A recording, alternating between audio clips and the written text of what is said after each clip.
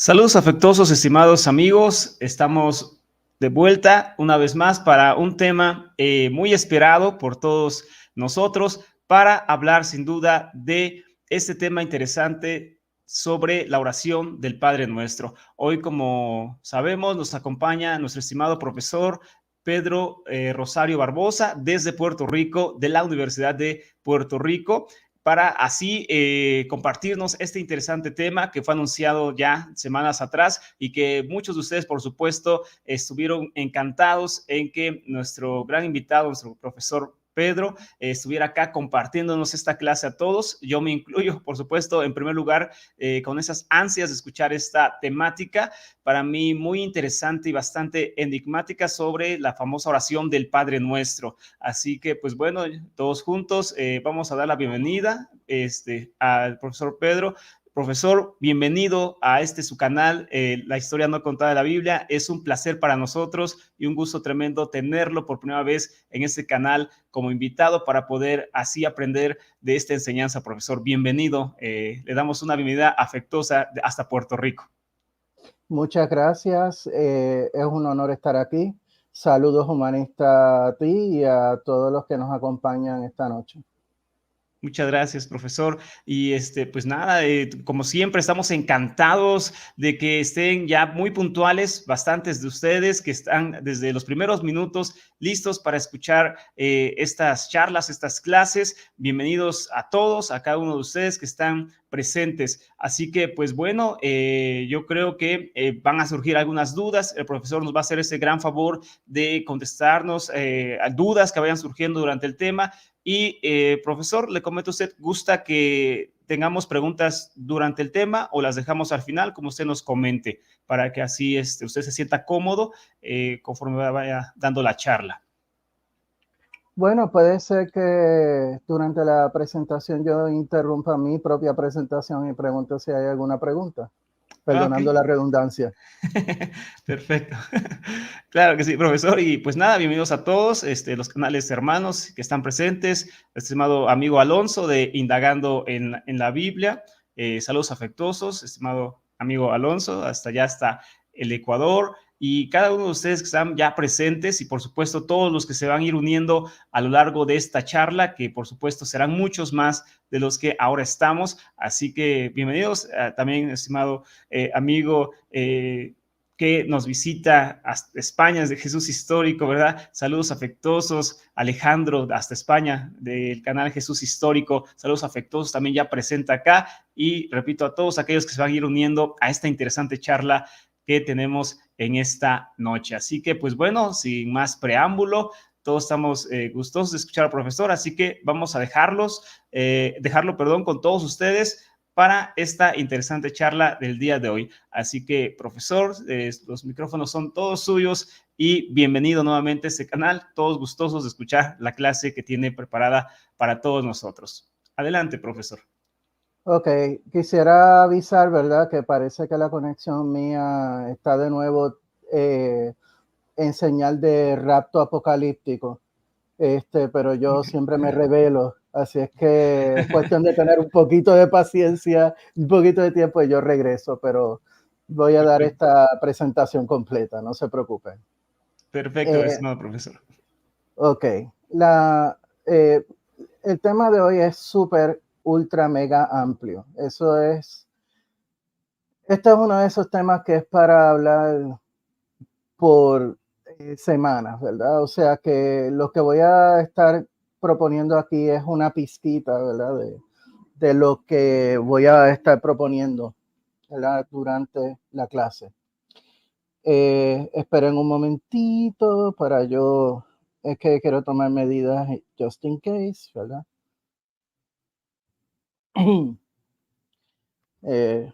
Por esas cosas de la vida me rapta la internet. Así es que vamos a eso. Ok, en primer lugar los agradecimientos. Agradezco al querido amigo Donato y a todo el que le acompañe, ¿verdad? En la historia no contada de la Biblia. Quisiera también agradecer al grupo reconstructores, ¿verdad? El grupo de reconstructores siempre me ha dado y me ha prestado apoyo en todo lo que hago y eso para mí significa mucho, especialmente los administradores, pero también los miembros en general han sido maravillosos. También les quiero agradecer a la audiencia, incluyendo a gente del canal de la Biblia en Contexto, de Indagando en la Biblia, de otros lugares, de personas bien lindas que me acompañan esta noche, para que podamos continuar dando algo de calidad esta noche. Estoy notando que no está corriendo la diapositiva. Donato, a ver si, déjame ver si puedo arreglar esto.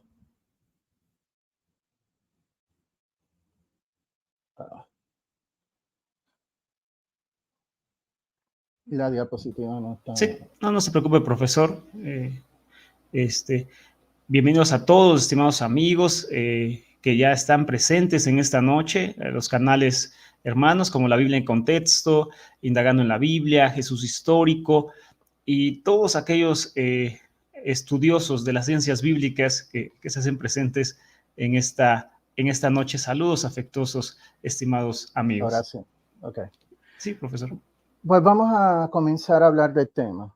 En primer lugar, el Padre Nuestro es uno de los de estas devociones, ¿verdad? De estas oraciones que tiene un arraigo cultural increíble, ¿verdad?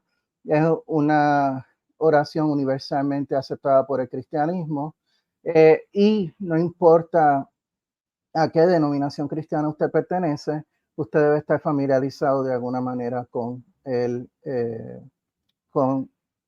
Padre Nuestro. Especialmente si usted es católico, si usted es ortodoxo. En el caso de algunos cristianos, pues unos lo rezan diariamente o periódicamente. En otros casos sirve como una especie de ejemplar de lo que debería ser una oración, ¿verdad? Y yo por lo menos en mi época de cuando era católico, estaba incrustado esa oración en el rosario, estaba metido en la misa. Obviamente es algo que, una de esas oraciones que siempre se queda uno, sea por devoción o sea a nivel cultural. Ahora bien, hay unos problemas con esta oración. Y no mucha gente le ha prestado suficiente atención a estos asuntos. Por ejemplo, el Padre Nuestro se presenta como una oración dada por Jesús de Nazaret. Pero no hay una sola versión del Padre Nuestro. Hay varias versiones. Y voy a mostrar un ejemplo de lo que me refiero. No sé si a algunos de ustedes les ha pasado que cuando llegan a esto, ¿verdad? Y usted ve la versión del Padre Nuestro de Mateo y la otra versión del Padre Nuestro de Lucas, usted ven diferencias. Y los colores aquí, magenta y el verde, ¿verdad? Indican los puntos de diferencia significativos. Y son diferencias significativas, o sea, en el caso de Lucas se omite esta línea completa y se omite esta línea completa. Además de que aquí se menciona la cuestión de las deudas. El lenguaje que se utiliza en el Evangelio de Mateo en cuanto a la petición que se hace a Dios es muy económica. Danos hoy nuestro pan cotidiano, es decir, danos hoy el alimento y cancela nuestras deudas. Prácticamente sería una muy buena traducción de esto. Pero entonces cuando vamos a Lucas, estas deudas se transforman en nuestros pecados, o sea que es algo un poquito más amplio, ¿no? Pero también habla de deudas al final, porque también Lucas está preocupado por la cuestión económica de la justicia, ¿verdad? O sea que tenemos aquí dos versiones del Padre Nuestro dadas por nuestros evangelios. O sea, no hemos salido del Nuevo Testamento todavía. Ahora bien, podemos ver también algunas diferencias con otras versiones del Padre Nuestro, como por ejemplo, yo siempre incluyo en mi análisis, en la medida que puedo, el Evangelion de Marción, que es una especie de, entre comillas, protoevangelio del Evangelio de Lucas. ¿Okay? Una especie de protoevangelio lucano. Pero una cosa que quiero señalar ya desde el comienzo es una gran diferencia, especialmente en la segunda línea. En la versión de Lucas que nos ha llegado está santificado sea tu nombre, mientras que en el caso del Evangelio de Marción tenemos que tu Espíritu Santo venga a nosotros, que el pneuma de Dios venga a nosotros. También hay unas versiones del Padre Nuestro de que el Espíritu Santo baje o descienda o entre en nosotros, ¿verdad? Etcétera. Este es uno de los indicios para mí de que el Evangelio de Marción no es, como mucha gente alega, el primer evangelio. ¿Por qué? Porque cuando uno analiza y hace crítica textual del Evangelio de Lucas, uno se empieza a dar cuenta de que mientras más pasa el tiempo, más énfasis hace Lucas en el Espíritu Santo, en el pneuma santo de Dios. Entonces tenemos la primera versión, si excluimos los capítulos 1 y 2. Los capítulos 1 y 2 fueron insertados posteriormente. ¿Cuál es el protagonista de ahí? El Espíritu Santo. Sin esos capítulos, el protagonista es Jesús. Pero con ese capítulo, el protagonista se vuelve el Espíritu Santo, y Hechos de Apóstoles también, ¿verdad? Y mucha gente piensa que este es el siglo segundo, también hace como protagonista el Espíritu Santo. Así que para mí esto suena más derivado y esto me suena más original. Puede ser que yo esté equivocado, ¿verdad? Porque todos estos asuntos son ultra complicados. Pero esa es mi opinión tentativa al respecto. Entonces, también otra versión del Padre Nuestro que no difiere por mucho es la versión de la Didache, un documento del siglo II cristiano muy importante, que muestra para todos los efectos unas diferencias muy cosméticas, como por ejemplo, Padre Nuestro que estás en el cielo en vez de los cielos, ¿verdad? Y perdónanos nuestras deudas. Y entonces en el caso de la Didache, perdona nuestra deuda. Y al final, porque tuyo es el poder y la gloria para siempre. Y se piensa que la versión de la Didache se basa en la versión de Mateo. Por tanto, la versión del Evangelio de Marción y la versión de la Didache lo vamos a echar a un lado durante el análisis. Solamente nos vamos a centrar en la versión de Mateo y la versión de Lucas para propósitos de la discusión. Ok. ¿Cuáles son las preguntas que voy a hacer en la presentación? Voy a estar diciendo, en primer lugar, voy a estar preguntando, ¿es judía la oración del Padre Nuestro y cuál es su trasfondo? ¿Ok? ¿Por qué se dan las diferencias entre Mateo y Lucas? ¿Cuál versión de la oración es la original, por llamarlo de alguna forma? E históricamente, ¿fue Jesús el autor de esta oración? ¿Verdad? Es la pregunta dorada de la que se trata esta presentación y como la he estado anunciando. Nota aclaratoria de las traducciones, citas de la Biblia hebrea. Aquí ustedes van a tener, yo voy a estar basándome en la Biblia de Jerusalén, la quinta edición. En cuanto a las citas del Nuevo Testamento, con algunas excepciones, como las versiones del Padre Nuestro de Mateo y Lucas, que acabo de presentar, se adhieren a los libros del Nuevo Testamento, a la traducción hecha por el equipo de Antonio Piñero, específicamente José Monserrat Torrens, que fue el que tradujo el Evangelio de Mateo y lo comentó, y Antonio Piñero, que hizo el caso de Lucas, ¿no?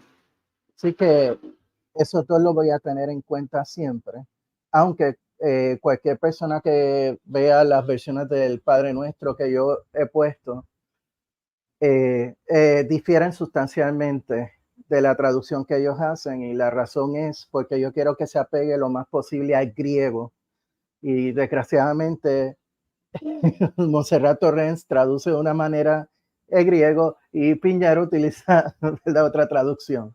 Entonces, para que la gente tenga mejor idea de lo que quiero discutir, ¿verdad? Pues entonces hice las modificaciones pertinentes.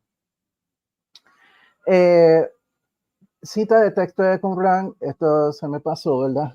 Yo pensé que iba a incluir algo sobre Qumran, eso lo voy a dejar para otra, desgraciadamente para otra charla. Pero sí voy a decir que las citas del documento Q se van a basar en el trabajo del equipo del, del proyecto internacional de Q, ¿verdad? Y esta es la traducción oficial al español de parte de James Robinson, Paul Hoffman y John Kloppenborg. Que eso, si ustedes quieren tratar el tema de Q, esto es necesario para la discusión. Okay. Vamos al trasfondo del judaísmo antiguo. En primer lugar, ¿dónde está el origen de Israel? Por lo menos desde el punto de vista arqueológico, tenemos la estela de Merneptah. Claro, lo que voy a decir está siendo debatido, no lo tomen, ¿verdad?, como palabra absoluta, pero la mayoría de los egiptólogos y la mayoría de los expertos biblistas sostienen la opinión de que en la estela de Merneptah se habla de una población de, a la que Merneptah llama Israel de alguna manera. Aunque el vocablo no es exactamente Israel, sino que tuvo una modificación, debido a la carencia de la L en egipcio, ¿verdad? Pero no se refiere tampoco, como yo he escuchado por ahí, a una nación. Israel como nación no existía en esta época. Lo que se está refiriendo y lo que sugiere el texto es más bien gentes, poblados que gentes que se asentaron en el área de Canaán. Eso es todo. No es una nación, no es algo distinto a los cananeos en cierta medida. También vemos la forjación gradual de jefaturas a reinados. Y entonces en el caso de la jefatura del sur, vemos Saúl, David y Salomón. En el caso del reinado de Israel, pues tenemos el caso evidente, por lo menos desde el punto de vista arqueológico, el caso de Omri, ¿verdad? Más adelante, Asiria invadió el norte, y durante ese periodo Ezequías no solamente posibilitó el desarrollo de su reino a la luz de esta nueva amenaza, sino también que acogió a varias personas del norte. Después, posteriormente, y ahí tienen los años para que se orienten un poquito, está el reinado de Josías, de donde sale lo que se conoce como la literatura deuteronomista y tal vez un texto proto-Torah, por así decirlo. ¿Ok? Que mucha gente piensa que es una porción de lo que hoy es el libro del Deuteronomio, que es la porción legal. Más adelante, después del reinado de Josías, se da el famoso exilio de una élite a Babilonia, una élite sacerdotal a Babilonia. Y durante ese periodo se crea lo que se conoce como el texto sacerdotal.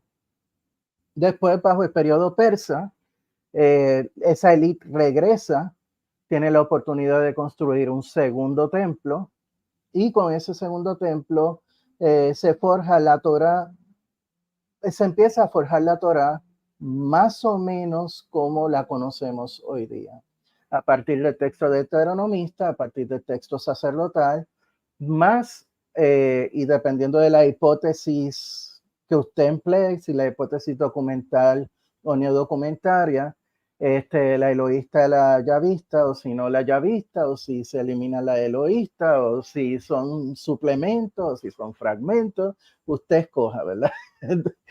El punto mío es que durante la época de Esdras especialmente, o después de la época de Esdras, tenemos el texto de la Torá más o menos como lo conocemos hoy, aunque su contenido va a estar siempre fluido. ¿Ok? Va a estar del periodo persa, pasamos al periodo helenístico, que va a tener también un impacto en la región. Se logra una relativa independencia de los seleucidas, un poquito sí, un poquito no, pero se puede crear una dinastía monárquica, esa es la dinastía Asmonea, ¿verdad? Después de la lucha de guerra de guerrillas de los macabeos.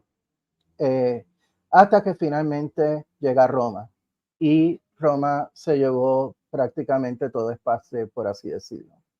Se apodera de Galilea, se apodera de Samaria, se apodera de Judea, especialmente después de Pompeyo, y mediante algunas maniobras, Herodes posteriormente queda como rey de la región, ¿verdad? Y un rey vasallo. Durante todo este periodo que acabamos de resaltar, que esto es más bien para orientar la discusión, tenemos el desarrollo teológico a partir de estas fluctuaciones políticas e internacionales del Mediterráneo que se están dando. Durante los comienzos de la Edad de Hierro tenemos el dios cananeo, el dios El, que es la cabeza de la Asamblea de los Dioses, tiene como consorte a Tirat y tiene 70 hijos, que son los dioses de las naciones. También habita en un ámbito sobre el firmamento, es decir, que está muy elevado por encima, incluso hasta de los cielos. Eso va a ser un punto, pero también para todos los efectos va a ser el Dios supremo, que va a regir a los cananeos y posteriormente va a ser adoptado de cierta manera por los mismos israelitas. Algunos de los epítetos que ustedes sabrán es el Elión, el Altísimo, y el Shaddai, ¿verdad? El omnipotente, uno podría decir, pero cuidado con la palabra omnipotencia, ¿verdad? La noción de omnipotencia actual que no necesariamente se retroproyecta al pasado, ¿no? Y también el Dios Él va a tener como su remanente en la sociedad israelita el nombre de Elohim, que significa muchos Él o muchos dioses, ¿verdad? Pero se utiliza también en singular y cuando se emplea en singular quiere decir Dios, ¿ok? El Dios supremo. Por otro lado, también está el culto al Dios Yahvé. Y allá ustedes pueden ver la famosa vasija de Kuntillet Ajrut, ¿verdad? Donde aparece, ¿verdad? Nuestro registro arqueológico más temprano que yo sepa, ¿verdad? Donde aparece el nombre de Yahvé. A lo mejor puede haber uno anterior, pero este es uno muy importante. Esta deidad se localiza para todos los efectos en el área sur y suroeste del Levante. Asume el carácter de la tormenta y los atributos. Por cierto, Yahvé también es dios de la metalurgia.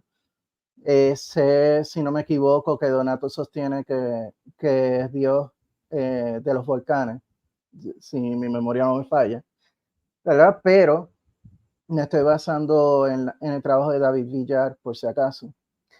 Asume el carácter de tormenta y los atributos representativos de Baal. También tiene una consorte, que es Asherah. Hay personas que afirman que Atirat y Asherah son lo mismo. Yo voy a ser un poquito más cauteloso ¿verdad? Y separar las dos. Y se reconceptúa a Yahvé como el hijo de él. Y esto tenemos vestigios de esto en Deuteronomio capítulo 32, versículos 8 a 9, como nos ha llegado en dos textos. En un texto de los rollos de Mar Muerto y el otro, la Septuaginta, que en vez de hablar de los pueblos, ¿verdad? Está hablando, o de los hijos de Israel, ¿verdad? Está hablando más bien de ángeles. Los ángeles son sustitutos de hijos de Dios. Después fue fusionado posteriormente con el Dios él. Entonces Yahvé y él se vuelven uno y el mismo Dios supremo, la cabeza de la asamblea de los dioses. Así que, esta es la página donde estaba, ok.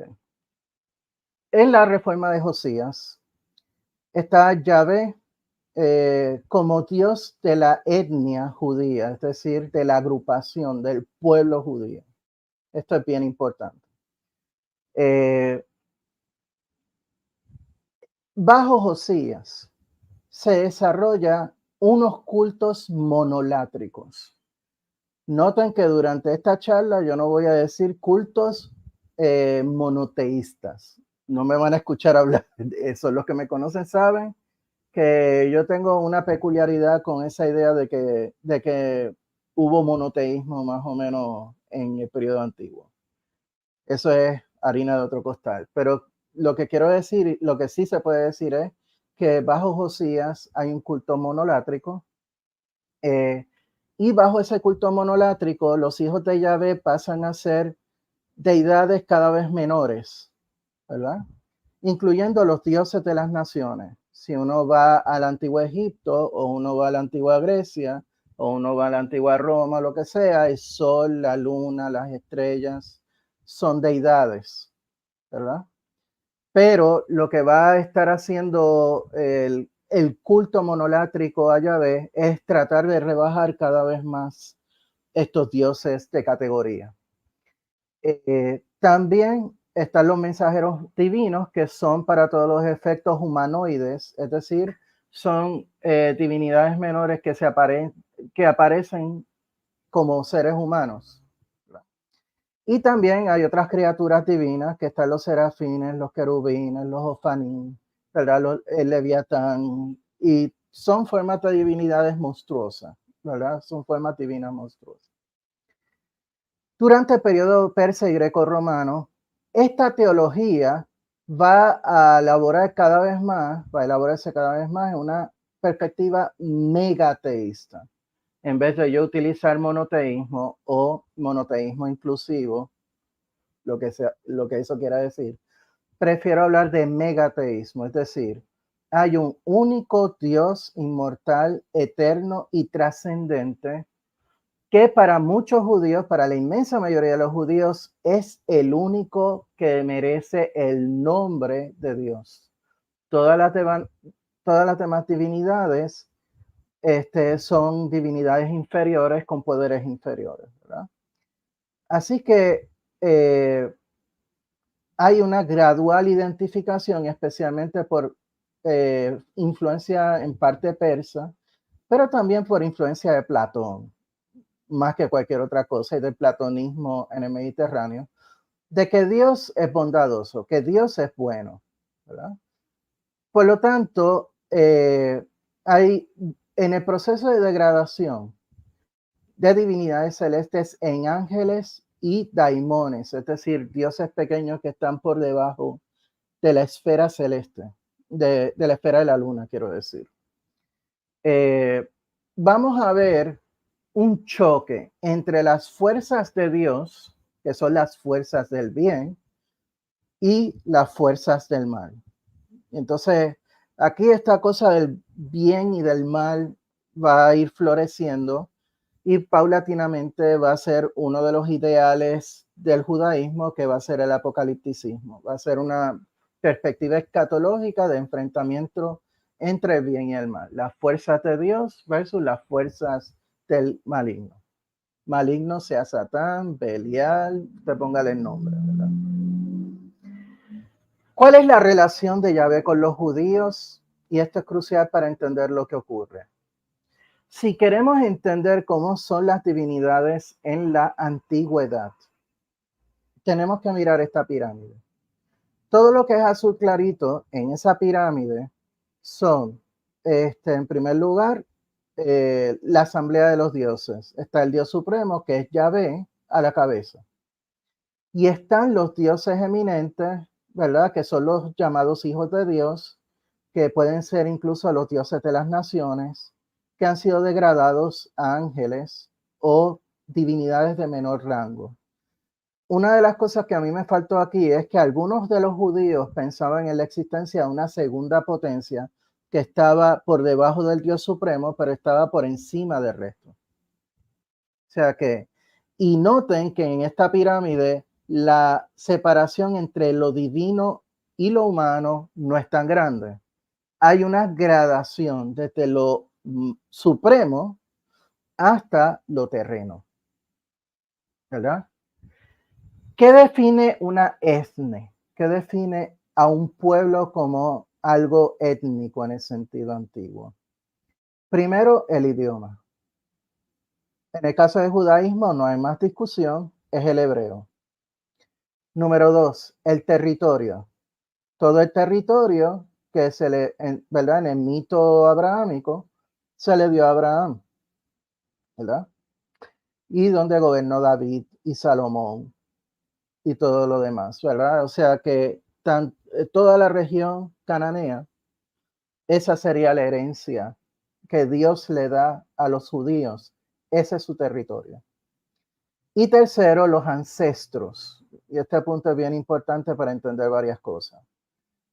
Los ancestros en el mundo antiguo son dioses o semidioses. Semidioses implica ya la intervención de dioses, ¿verdad?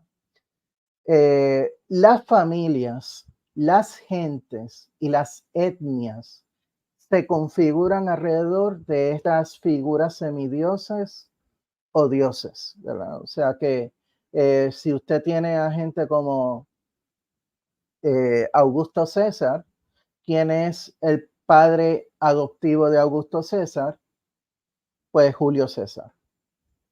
Julio César fue convertido en un dios después de su asesinato, de acuerdo con la leyenda y según nos lo dice Ovidio. Pero ¿quiénes eran los ancestros de Julio César? Bueno, los ancestros son Rómulo, los ancestros son Eneas, ¿verdad? Los ancestros son Marte, Venus, ¿verdad? Y de hecho la diosa que se lleva el alma de César a los cielos para deificarlo es la diosa Venus, su ancestro, ¿verdad? O sea que así es como se va organizando la sociedad en el ámbito grecorromano especialmente. ¿Okay? No sé si en este momento haya preguntas. Que están en pantalla. Y pregunta, veo esta que nos comenta, perdón, le piqué en otro lugar, arribita. Sí, ya me preocupé porque pusieron caras de espanto ahí. Yo, oh, Dios mío, que yo habré dicho. Hilda Clemente comenta, dice que si, tal vez es una pregunta fuera del tema, no lo creo, es muy ad hoc. Dice que si Yahvé está en la lista del panteón cananeo. Yo creo que esto no está. O sea, en el panteón cananeo Yahvé está ausente.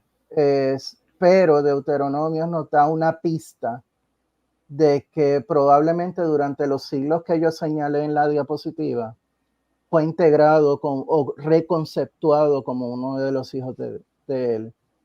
Entonces, el mismo pasaje lo que dice es, Elión, el Altísimo, él, reparte las naciones o los pueblos entre sus hijos y entonces a Yahvé le toca a Israel. ¿Entiendes? Entonces, ¿qué quiere decir? Que Yahvé parece ser uno de los hijos de él, del Dios él. Pero esto no aparece en el panteón cananeo. Esto parece ser un producto evolutivo de la teología israelita en la medida que se fue en la medida que fue evolucionando. Ok, perfecto, profesor. Bueno, ahí está la respuesta a Hilda Clemente.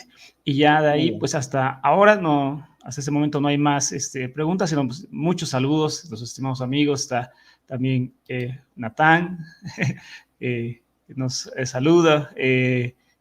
Claudio. Yo no sé ni qué responder cada vez que ponen con todos esos epítetos, yo no sé. Y estimado el doctor José Raúl también está presente y varios amigos también en la charla de esta noche. Así que bienvenidos a todos y que sigan adelante escuchando esta interesante charla de nuestro estimado profesor Pedro Rosario.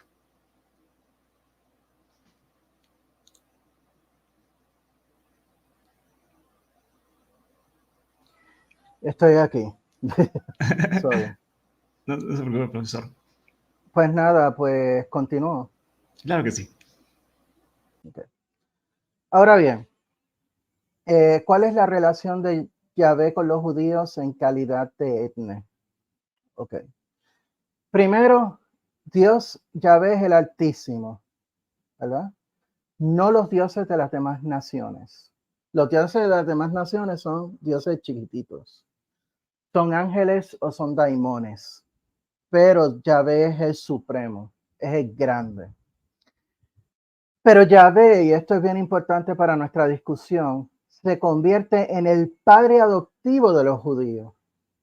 ¿Por qué? Porque durante la época de Josías, una de las cosas que ocurre es que Josías termina con el culto a Asherah. Pues entonces Yahvé no tiene consorte. ¿Cómo es que produce sus hijos? Creándolos. Y entonces aquí ustedes ven a Yahvé como el que adopta a Israel como su hijo. ¿Okay? Dios establece con Israel una relación de confianza, lealtad y fidelidad. Recordemos que estamos ya hablando de qué, de la época grecorromana. Pues es una relación de pistis en griego, una relación de fides en latín, que es exclusiva entre Yahvé y los judíos, y esta fidelidad, esta lealtad se afirma mediante la práctica y la observancia de la Torá. Por eso no importa cuán diversos sean los judíos en esta época en términos ideológicos, siempre va a haber ortopraxia por encima de la ortodoxia. Y es más, no hay ni ortodoxia en esta época, yo sospecho. ¿Okay? Ustedes pueden constatar esto en la misma Biblia de que Dios es Padre e Israel es el Hijo.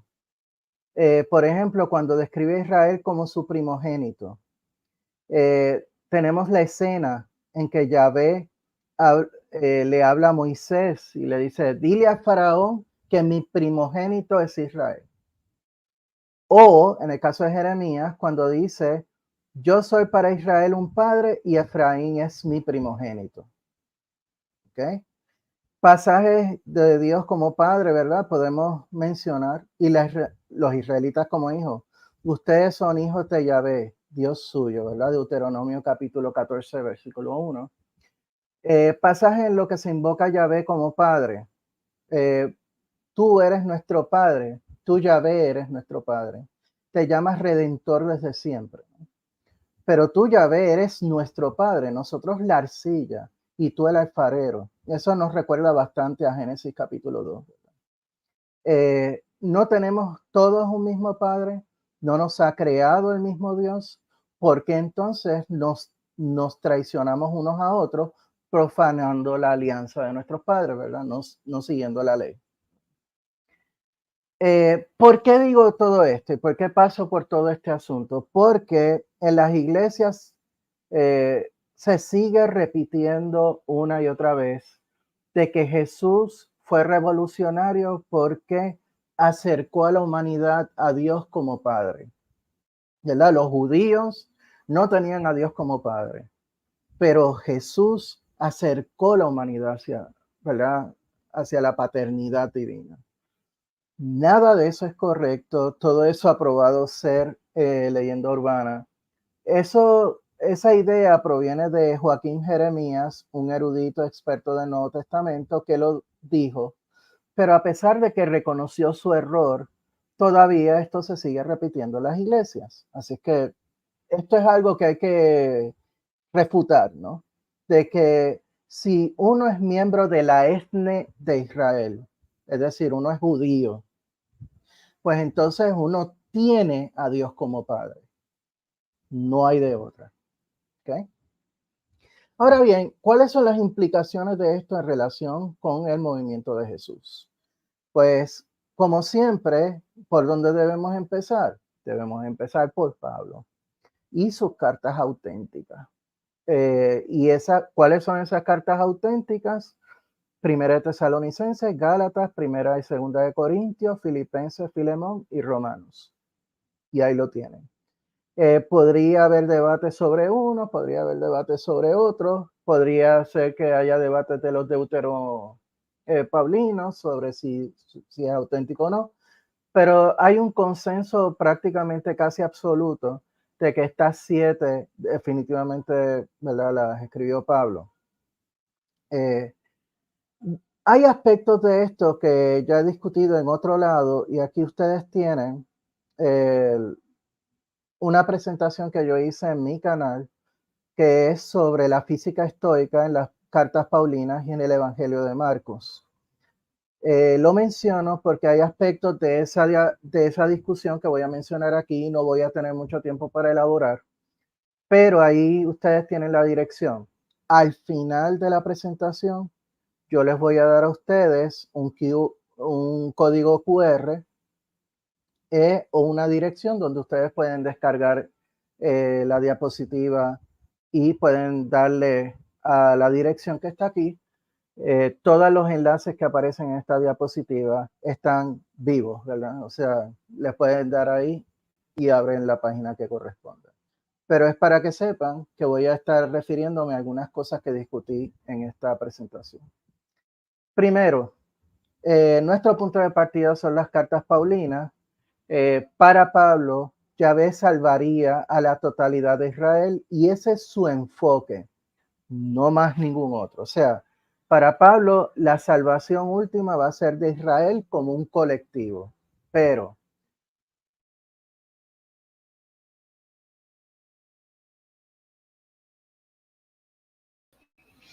Una disculpa, estimados amigos, lo que pasa es que el internet falla un poquito de repente, ahí donde se encuentra nuestro estimado profesor sí, Pedro, pero ya está de vuelta, así que no ya se estoy de preocupen, el vuelta. tema va a estar completo y todo bien. Adelante, profesor, no se preocupe. Ok, la cuestión es que Yahvé salvaría a la totalidad de Israel como colectivo. La resurrección del Mesías, o sea, después de su crucifixión, anunciaba ya el final de una era, el fin de los tiempos. Es el fin en que viene el juicio, van a resucitar los muertos y la resurrección del Mesías anuncia la resurrección futura de los muertos, además de una transformación terrena muy importante. Eh, Ahora bien, la salvación de Israel, de acuerdo con Pablo, estaba atada a unas promesas a Abraham. Pues bien, tienen aquí que a Abraham se le prometió que le daría la tierra de Israel. Muy bien, eso se cumplió. Le daría una descendencia numerosa, que son los israelitas, ¿verdad?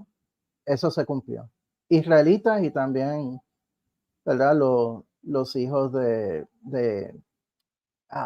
me olvidó, Ismael, ¿verdad? La descendencia de Ismael.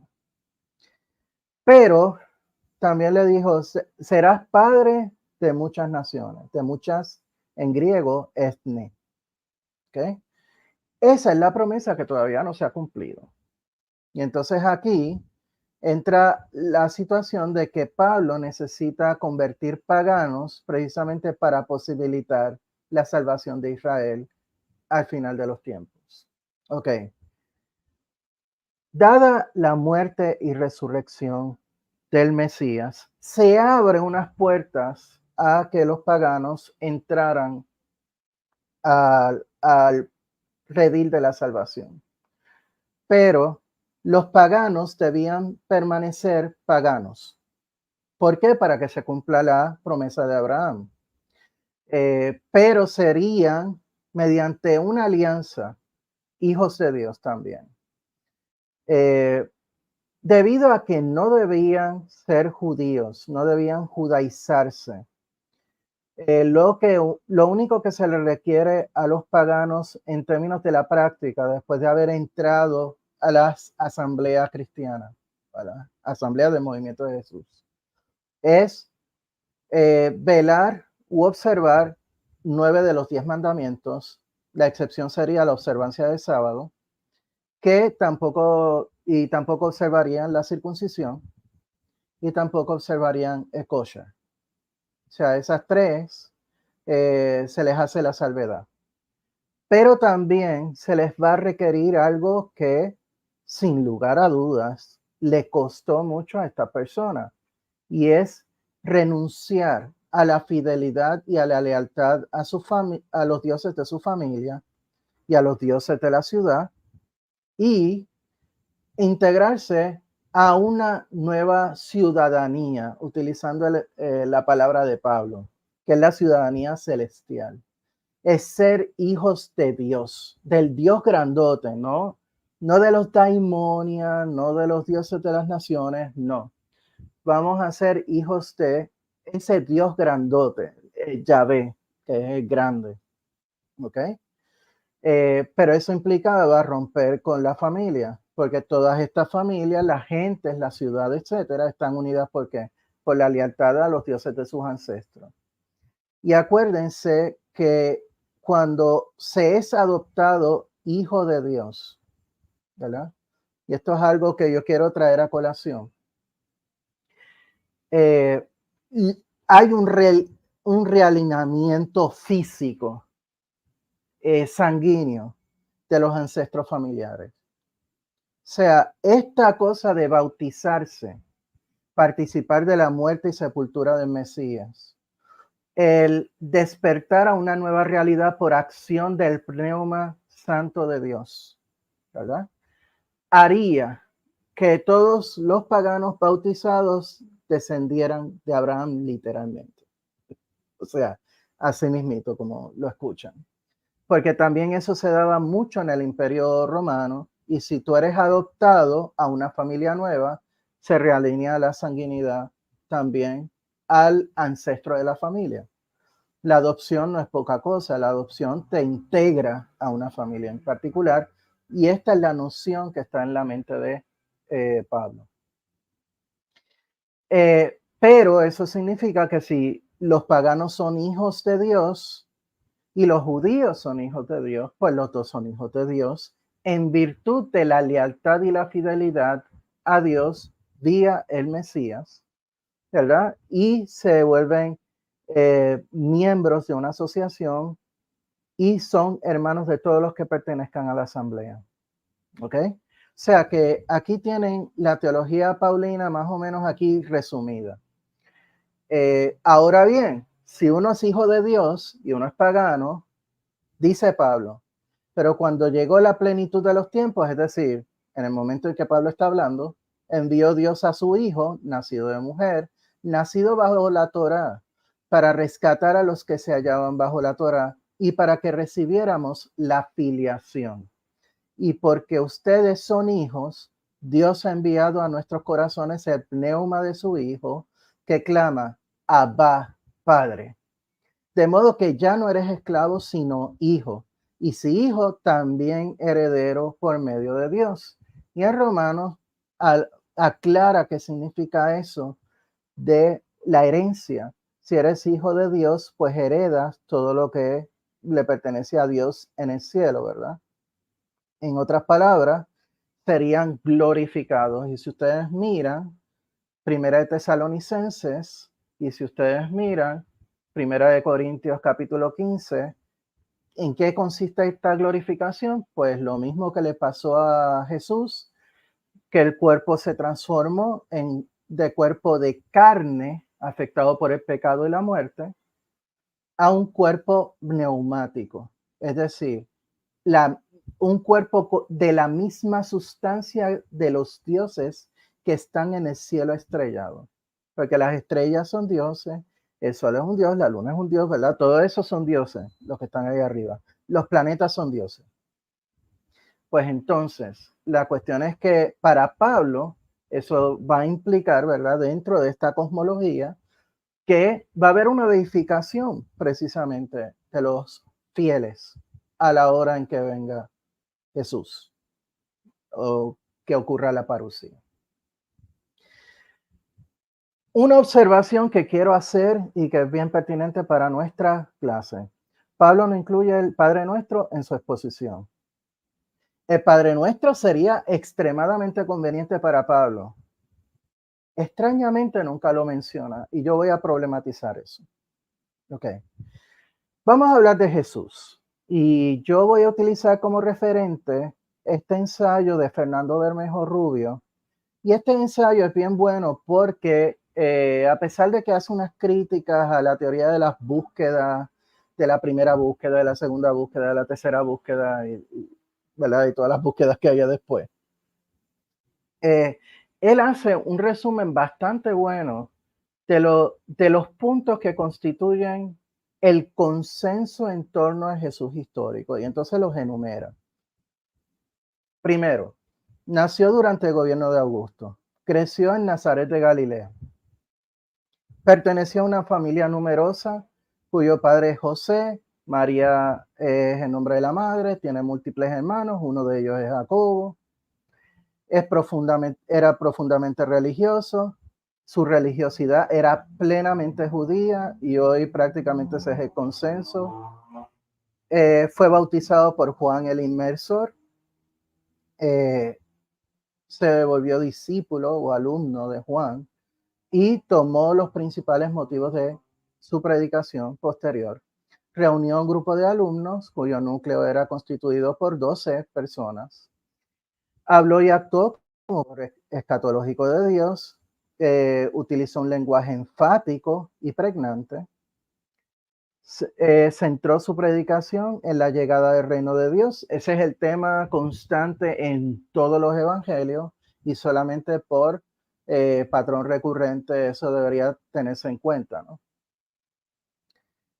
Limitó su predicación a los judíos, se dirigió de forma especial a los pecadores, publicanos, prostitutas, ¿verdad? Toda esta gente. Los enfermos y enajenados de la sociedad también, ¿verdad? La instauración del reino sería adventicio, es decir, sería por iniciativa de Dios. El reino de Dios sería una realidad futura religioso-política. Acuérdense que aquí no hay separación de iglesia y Estado.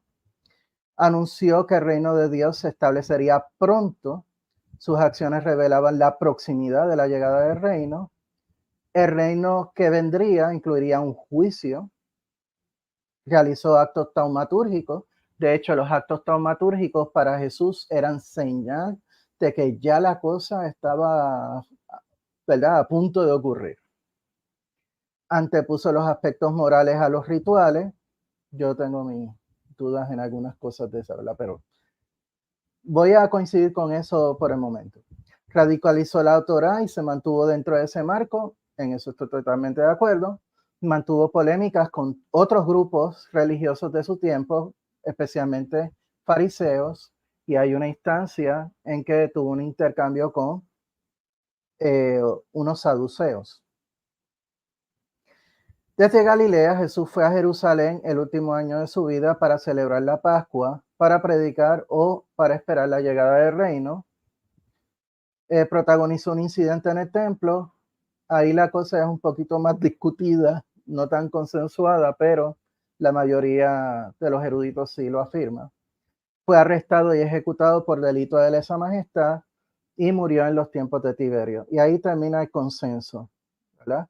Hay gente que me dice que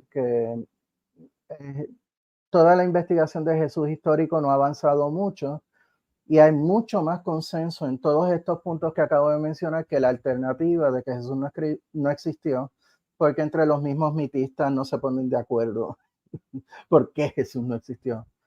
pero los mismos historicistas están prácticamente virtualmente de acuerdo y en estos puntos, ¿verdad? En este consenso. Ahora bien, antes de pasar a esto, ¿hay alguna otra pregunta o duda? Sí, estimado profesor, han surgido algunas dudas. Aquí le pongo la primera en orden cronológico. Aquí podemos también, Hilda Clemente nos comenta, gracias profesor, Pedro. Perdón, entonces, ¿de dónde procede Yahvé? Que es anterior a la que En la estamos viendo. diapositiva aclaro que proviene del sur de fuera de Canaán, ¿verdad? Del área. Si uno mira más o menos algunos de los pasajes de la Biblia, dice de Seir, de Edom, ¿verdad? Todo el área sur o el área, creo que Sinaí. es, sí, del Sinaí, por ahí, ¿verdad? O sea que de ahí más o menos es que viene la cosa. O sea que no tiene nada que ver con los cultos de los cananeos o de Ugarit o lo que sea, sino que fue introducido posteriormente. Perfecto, profesor. También tenemos esta pregunta que nos hace Julieta del Carmen Calva, que dice, buenas noches a todos. Profesor, ¿Abraham es considerado también padre del pueblo de Israel? Sí, sí, tiene que serlo. Parte de la señal de que son descendientes de Abraham es precisamente la circuncisión, porque es parte de la alianza de Dios con Abraham. Oh, perfecto, profesor. José Luis Esparragosa nos comenta una pregunta. ¿En la antigüedad todos los pueblos eran adoptados por un dios o por su dios? Ejemplo, Zeus griego o Rómulo y Remo a los romanos. ¿Es correcto? No, la cuestión es que la norma, por lo menos como yo la entiendo, y me estoy basando en las investigaciones de Paula Fredrickson y de otras personas que también tienen un ojo puesto en los clásicos.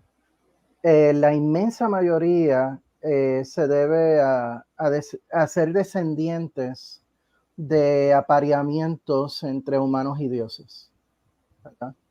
O entre los mismos dioses. Entonces, por ejemplo, Augusto, por adopción, desciende de Julio César, que fue divinizado, fue descendiente de Marte, fue descendiente de Rómulo, fue descendiente de Venus, fue descendiente de Zeus también, ¿verdad? O sea, en otra de las leyendas también descendiente de Apolo, ¿verdad? O sea que la cuestión es que, ¿y cómo es que es descendiente de todos ellos? Bueno, porque estos dioses tienen sus aventuras con los seres humanos, ¿verdad? Y en Génesis capítulo 6, uno ve algo de eso, ¿verdad? Lo único que el diluvio se lo lleva todo, ¿verdad? Pero en el resto del mundo, en el resto del mundo hay apareamiento entre los dioses y los seres humanos. Entonces, Yahvé no, después de la eliminación del culto a Asherah, sí, Yahvé no es ese tipo de Dios. Yahvé tiene hijos, pero esos hijos él los crea. Sí. Y entonces, obviamente, Israel está formado como todos los seres humanos. Yahvé escoge a su pueblo y los adopta. ¿Ok? Así que no son descendientes por una acción sexual de Yahvé, sino es por adopción. Profesor, una pregunta que nos hace muy recurrentemente en el canal, es muy recurrente esa pregunta, para muchas personas está como unida a esta pregunta que nos hace José Luis, es sobre el término Dios como tal, en hebreo que ahorita lo tienen como Elohim.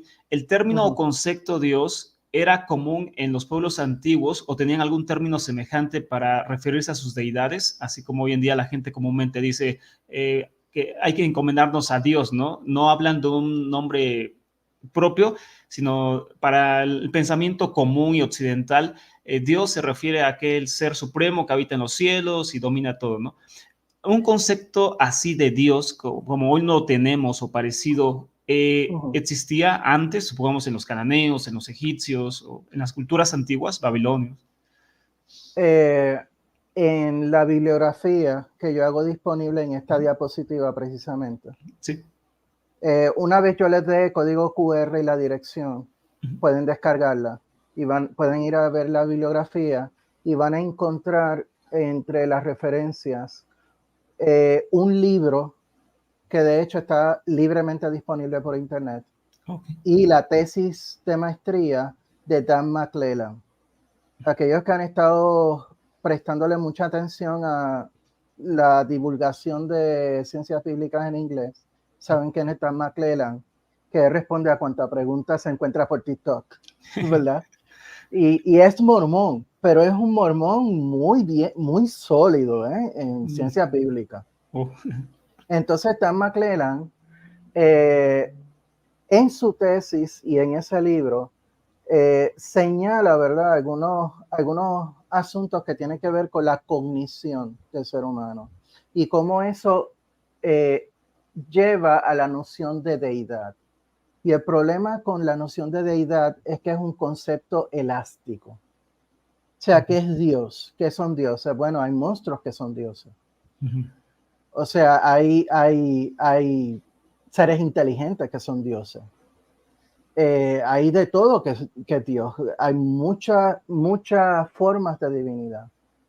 Entonces, la cuestión es que lo que está haciendo el judaísmo durante todo este tiempo es decir, el nuestro es el único que merece la catalogación de Dios. Los demás, pues, fúchila, ¿verdad? Sí. Esos son dioses menores, son daimones, es decir, son dioses chiquititos. O son ángeles, ¿verdad? Sí son buenos, ¿verdad? Pero no llegan a la altura, ¿verdad? De Dios grandote. Pero aún así, si uno mira a Qumran y algunos de los documentos de Qumran, que tú sabes que algunos de ellos fueron de la misma época de Jesús. Sí. Habla de la asamblea de los dioses.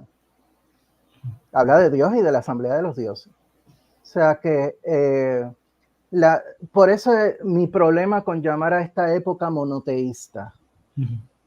¿Verdad? Sí. Pero ese es, y yo aclaro, Donato no necesariamente está de acuerdo con el profesor Rosario en relación con el monoteísmo. Pero, y es una posición minoritaria que, por cierto, apoya a Dan McClelland. Profesor, podríamos decir sobre ese punto que el monoteísmo como tal, que a fin de cuentas el monoteísmo siempre es como más filosófico que práctico, porque en la práctica nunca existe un monoteísmo, ya que siempre hay o una virgen o un ángel o lo que sea que acompaña a un dios. Pero sobre este asunto del monoteísmo israelita que se desarrolla sobre todo después del exilio babilónico, entendemos entonces que posiblemente por este registro de Qumran que habla de la asamblea de dioses y otro tipo de cosas, podemos entender que el monoteísmo, como hoy lo entendemos o lo concibe el judaísmo y cristianismo, no fue aceptado por todas las sectas judías de los tiempos de Jesús, o no era un concepto aceptado general. Yo quiero ser más cauteloso porque realmente no he visto mucha evidencia de monoteísmo. Pero a la misma vez hemos perdido bastante material del judaísmo de esa época. Sí. Lo que sí puedo decir es que podemos hablar de monoteísmo posteriormente, después de, de la destrucción del templo, después de la destrucción del templo, etcétera, porque entonces ahora los judíos van a estar enfocados no solamente en la monolatría, sino también en afianzar la idea de que hay un solo Dios, y el cristianismo también va a hacer lo mismo, especialmente después de Nicea. Porque es muy interesante, ahora se me viene a la memoria lo que nos comentas sobre el registro que tenemos en Qumran también, porque ellos también desarrollan esos conceptos de humanos divinizados, ¿no? Como hay quien dice que Enoch o el maestro de justicia, que están el hijo del hombre, que están en los cielos, que se sientan en un trono en los cielos. Después el judaísmo lo desarrolla como Metatrón, etcétera, pero para ellos no era nada blasfemo hablar de seres sentados en los cielos como dioses y en medio de los dioses, ¿no? Entonces para ellos era como hablar de cualquier cosa que posteriormente se convierte en una blasfemia total, ¿no? En el judaísmo rabínico. Va a ser blasfemo después, en el siglo II en adelante. Pero, y de hecho a Rabí Akiva se le va a condenar por eso, por hablar de la segunda potencia celeste. De dos poderes en los cielos. Exactamente. Y entonces, si suponemos que los judíos del siglo I eran monoteístas, hablar de una segunda potencia, hablar de un Jesús que es Dios o un ser divino o lo que sea, se vuelve un completo misterio. O sea, ¿cómo es posible que a los judíos se les hayan ocurrido esta idea? Sí. Se trae un poquito el internet del profesor Pedro, pero ahorita lo recuperamos, no se preocupen ni espanten, pero bueno, hagan sus preguntas, estamos a tiempo todavía, estamos totalmente en vivo. Nuestro profesor Pedro Entonces, está, ya perdonen. regresó, profesor, ya se había congelado, pero Sí, ya lo sí, tenemos de tengan vuelta. paciencia, yo siempre regreso. Por más que venga Belial a llevarse mi alma, no, yo voy a seguir ahí. Perfecto. Por lo menos mi alma cibernética. Okay. Okay. Pero esa es la cuestión que en el cristianismo no tenemos, y en el judaísmo de la época no hay una sola noción de deidad, hay muchas. Y es un concepto muy elástico en esa época. Okay. Empieza a ser más fijo y más restringido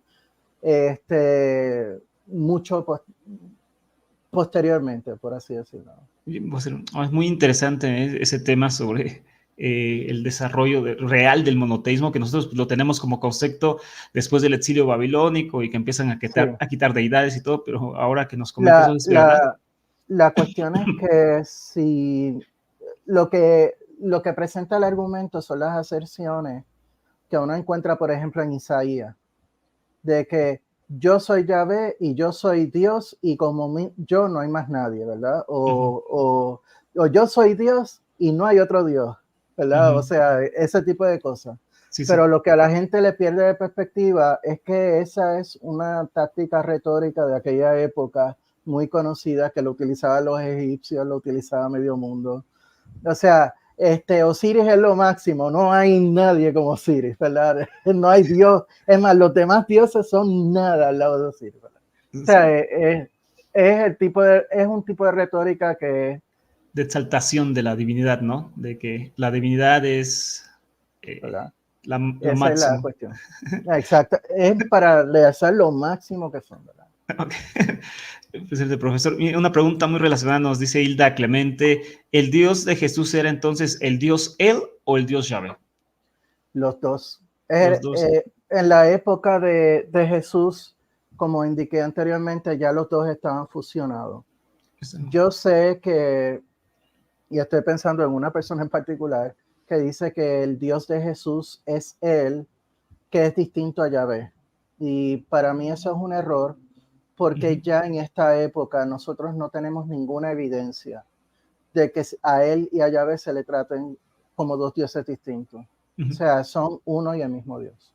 El mismo Dios. Perfecto, profesor. Tiberio Claudio nos comenta y dice, parece que en Génesis se relata la intervención de Dios para que Sara quedase embarazada, para establecer que Isaac era hijo de Dios literalmente. Por ende, todos los israelitas son hijos de Dios, continúa y dice, no hijos de hombres como los otros pueblos. ¿Esta fue la intención de los escribas? Pregunta. No, una vez más, la intención de aunque voy a hacer una salvedad bien importante.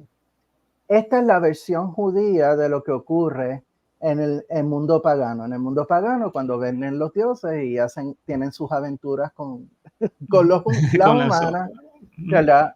Pero en este caso, nota que en ninguno de los casos, ni en el de Sara, ni en el de Sansón, por ejemplo, incluso en el caso de María, ninguno de estos es una intervención sexual. Y siempre se interpreta posteriormente de relato a Isaac como hijo de Abraham. ¿Ok? O sea, y a Sansón como hijo de su mamá. Okay. Ahora bien, en el caso de María, tanto en el Evangelio de Mateo como en el Evangelio de Lucas, hay una noción que flotaba en el mundo greco-romano, que es el mundo en que se crearon los evangelios, y es la noción yo les hablé del pneuma, ¿verdad? De esta sustancia divina, pues de dioses teniendo algún tipo de intervención asexual con los seres humanos, de enviar lo que podría llamarse como semilla o semen neumático. Y está esa noción por ahí flotando. Que a lo mejor Lucas estuvo pensando en eso, pues yo no sé, ¿verdad? Pero, ¿verdad? Existía esa noción, sí. Perfecto. Víctor nos comenta, entiendo que el Dios de Israel fue tomado de otro pueblo. ¿Qué debería hacer un creyente cuando sabe esta verdad que su Dios no es Dios o no es como se lo han platicado, sino que fue un constructo teológico a través de los siglos? Pues bueno, es una pregunta porque muchos que siguen las ciencias bíblicas, este canal y Sí, muchos otros todavía pues practican una fe, ¿no? Tanto judía, cristiana, etcétera. sí. Y pues le surgen ese tipo de dudas sobre su propia creencia, ¿no? ¿Qué nos puede comentar, profesor, sobre lo que nos pregunta o comenta Víctor? Bueno, yo como ateo que soy, no tengo vela en ese entierro.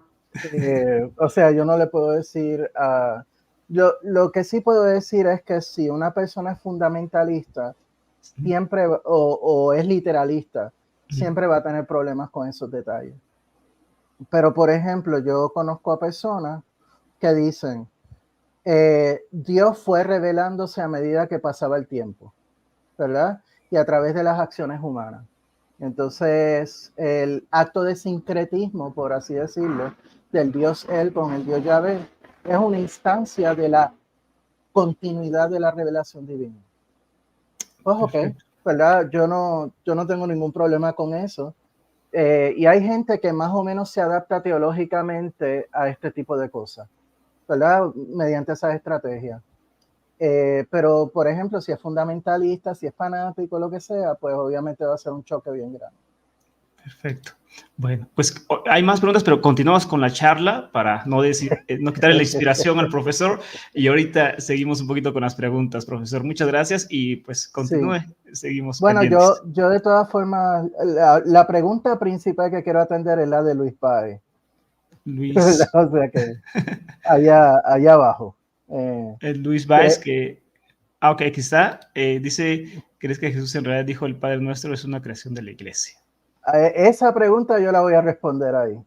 Aquí está. Perfecto. Pues bien. ¿Cuál es la vía de acceso a los hechos y las palabras de Jesús? Pues los evangelios. Eh, y como ustedes saben, la mayoría de los eruditos suscribe lo que se conoce como la teoría de las dos fuentes, o la teoría, yo le llamaría mejor la teoría de las cuatro fuentes. Dos fuentes refiriéndose a Marcos y Jacob, cuatro fuentes refiriéndose a Mateo, Marcos, Q y L, ¿verdad? Evangelio de Marcos es el referente principal, pero también está el documento Q, que es material común entre Mateo y Lucas, que no está en el Evangelio de Marcos. Está material exclusivo de Mateo, que ese es el material M, no documento M, como yo he escuchado de alguna gente. Material M, es decir, puede ser hasta inventos mismos de Mateo, pero la cuestión es que es un material exclusivo de ese Evangelio. Y está el material de Lucas, que es el material L. Ahora bien, comencemos por Marcos. Marcos, como he dicho ya en varias ocasiones, es redactor del Evangelio desde una perspectiva paulina, yo diría de una perspectiva post-paulina, porque uno ve ahí unas modificaciones ideológicas que hace Marcos, algunos con fines literarios, otras como un medio de adaptación a unas nuevas situaciones traumáticas, como por ejemplo la destrucción del templo en el 70. Así es que él usó como referente, y esta es mi creencia personal y creo que se sostiene, usó como referente las cartas paulinas, ciertas fuentes orales o escritas y su imaginación narrativa, ¿verdad? Eh, Presenta a Jesús como Mesías, adoptado como hijo de Dios por una acción del pneuma santo de Dios, fue muerto por los pecados y resucitado. O sea, esa es la narrativa principal. Sostiene una visión fuertemente apocalíptica y esa es otra de las razones por las que pensamos que este libro se escribió al principio, cuando ya la cosa de la destrucción del templo todavía estaba viva en la mente de la gente y había que estimular a la gente para que supiera que pronto va a llegar Jesús con en su parucía, ¿no? Ahora bien, hay unos pasajes ahí que son muy muy, muy interesante. Jesús, cuando ora en el huerto de Getsemaní, dice algo que nos recuerda mucho a Pablo. O sea, nosotros leímos a Pablo precisamente por esto, porque en la oración dice, Abba, Padre, ¿verdad? Todo es posible para ti. Que pase de mí que estoy a punto de pasar, pero, ¿verdad? También hay otra lectura muy importante, muy interesante. Y cuando se paren a rezar, perdonen los que tengan contra alguno, para que su Padre en los cielos les perdone su falta. ¿A qué le suena eso? O sea, otro más. Velen y recen para que no caigan en la tentación. El neuma está presto, pero la carne es débil. Son una famosa frase. Una de ellas tiene que ver con la parábola de la higuera, las otras dos tienen que ver con Jesús en el huerto de Getsemaní. Pero noten lo siguiente, tenemos los elementos esenciales para el Padre Nuestro. Tenemos unos elementos ahí incuestionables. Pero no se menciona el Padre Nuestro. ¿Qué es lo interesante de todo esto?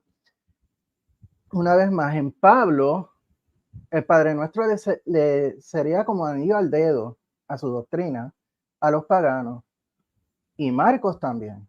O sea que Marcos no tiene ningún problema teológico con lo que llamamos el Padre Nuestro.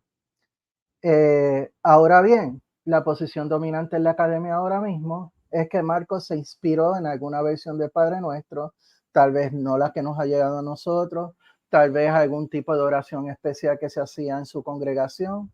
Yo, ¿verdad? Tengo mucho cuidado con hablar de comunidades que están detrás de los evangelios, pero eso es otra cosa. Enigma que yo voy a formular aquí. ¿Por qué Marcos no incluyó el Padre Nuestro? Porque esta pregunta no me la he encontrado, ¿verdad? En los comentarios ni nada de estas cosas. A lo mejor se me pasó algún otro comentario, ¿verdad? Pero ¿por qué no menciona el Padre Nuestro cuando tiene los elementos esenciales del Padre Nuestro? Ahora bien, vamos a entrar entonces a los dos textos, el de Mateo y el de Lucas, ¿verdad? Tenemos aquí una comparación. Padre nuestro que estás en los cielos, santificado sea tu nombre, venga tu reino, se haga tu voluntad tanto en el cielo como en la tierra. Danos hoy nuestro pan cotidiano y perdónanos nuestras deudas, así como nosotros perdonamos a nuestros deudores. Esto tiene una fuerte carga económica. O sea, esto no es meramente yo ofender a alguien, no. Es que he dañado algo que causa un problema económico a otra persona y yo tengo que pagar por eso, pero por favor, ¿verdad? Que se nos cancelen. Así como yo cancelo las deudas que otros tienen conmigo, ¿verdad? Y no nos introduzcan en la tentación, antes bien, líbranos del maligno. Y entonces aquí tienes una versión acortada, ¿verdad? Padre, santificado sea tu nombre, venga a tu reino, danos cada día en vez de darnos hoy. No es solamente hoy, dánoslo todos los días, en nuestro pan cotidiano y perdónanos nuestros pecados. O sea que ya amplía el abanico de faltas. O sea, no es meramente aquello que me produce tener una deuda con Dios. Es cualquier ofensa, ¿verdad? Pues también nosotros perdonamos a todo el que nos debe y no nos induzcan en la tentación, punto. Y ahí se acabó la cosa. Esto es material de Q, porque Marcos no tiene ninguna de las versiones del Padre Nuestro. Y aquí ustedes tienen a mano izquierda la versión de Mateo, a mano derecha la versión de Lucas, y en el medio es lo que ha determinado, al menos por el momento, el equipo de el proyecto internacional de Q. Padre, santificado sea tu nombre, venga a tu reino, danos hoy nuestro pan cotidiano y perdónanos nuestras deudas, así como nosotros perdonamos a nuestros deudores, y no nos induzcan en la tentación. Noten que la estructura de Q es idéntica a la de Lucas, pero por alguna razón los eruditos ¿verdad? Y yo sé cuáles son las razones, ¿verdad? Y son de peso. Deciden que las palabras, las frases que van a estar incluidas aquí son las de Mateo. O sea que aquí tenemos una estructura lucana, pero con palabras mateanas. ¿Y por qué, por ejemplo, no pone nuestros pecados? Porque al finalizar en Lucas habla de deudores. Por lo tanto, esto es aparentemente un arreglo de Lucas, dicen los favorecedores de la hipótesis de Q. Por lo tanto, el original debió hablar de deudas, no de pecados en general. Pero, y danos, en vez de cada día, que es más afín a la ideología lucana, pues entonces danos hoy nuestro pan cotidiano. Okay. Perdonen. La posición dominante de la academia es que la versión de Q se considera la más primitiva. No necesariamente la original, pero es la más primitiva.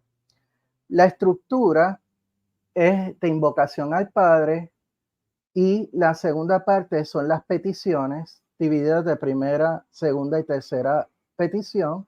Primera petición, danos hoy nuestro pan. Segunda petición, y perdónanos nuestras deudas, así como nosotros, etcétera. Y tercera petición, no nos induzcas en la tentación. La versión mateana retiene los términos originales de acuerdo con el equipo de Q. Y la versión lucana retiene la estructura original. Ahora bien, para atender la pregunta del querido amigo Luis Páez, la historicidad de la oración. Por la historicidad de la oración, lo que quiero decir es si Jesús la dictó o no la dictó. Ok. ¿Es históricamente plausible que Jesús haya compuesto, enseñado o rezado la oración del Padre Nuestro? Noten aquí que yo lo que estoy preguntando es más bien si es plausible, es decir, si es verosímil, si es posible. La respuesta que yo doy a esa pregunta es sí, es posible, y es plausible, y es verosímil. ¿Por qué? Jesús era judío, ¿verdad? Y como judío podía componer una oración semejante por razones que voy a ver después. Pero yo voy ahora a hablar de John Mayer, porque John Mayer ha sido tal vez uno de los hombres más brillantes que ha aplicado la criteriología de la historicidad de Jesús a 5 volúmenes de material altamente denso, bastante investigado, ¿verdad? O sea que, y entonces cuando llega el Padre Nuestro, ¿qué tiene que decir al respecto? ¿Verdad? Y esa es la pregunta. Pues John Mayer dice que consideraba el Padre Nuestro como histórico. ¿Por qué? Por el criterio de discontinuidad, y para aquellos que no sepan lo que es eso, se centran en las palabras o hechos de Jesús que no pueden derivarse del judaísmo de su época ni de la iglesia primitiva posterior a él. ¿Okay? Ese es el alegato que él hace. ¿Por qué? Y aquí yo cito a Mayer. El Padre Nuestro como oración de Jesús es extraño e insólito dentro del Nuevo Testamento. En los escritos neotestamentarios abundan las oraciones, los himnos y las declaraciones confesionales, que en algunos casos parecen remontarse a los primeros tiempos de la iglesia. En eso estamos de acuerdo. Sin embargo, en ningún otro lugar en el Nuevo Testamento, dentro o fuera de los evangelios, se dice de ningún himno u oración que sus palabras fueron enseñadas por el mismo Jesús a sus discípulos durante el ministerio público. Es decir, esta es la única ocasión de una oración que se le atribuye directamente a la boca de Jesús. Ok. Ahora bien, no estoy diciendo que yo esté completamente de acuerdo con las críticas que hacen de la criteriología, ¿verdad? Y ustedes han escuchado esto 1.000.000 de veces. El criterio de múltiple testimonio, el criterio de discontinuidad, el criterio de dificultad, ¿verdad? Y todos estos criterios para tratar de determinar qué es histórico y qué no es histórico de los evangelios.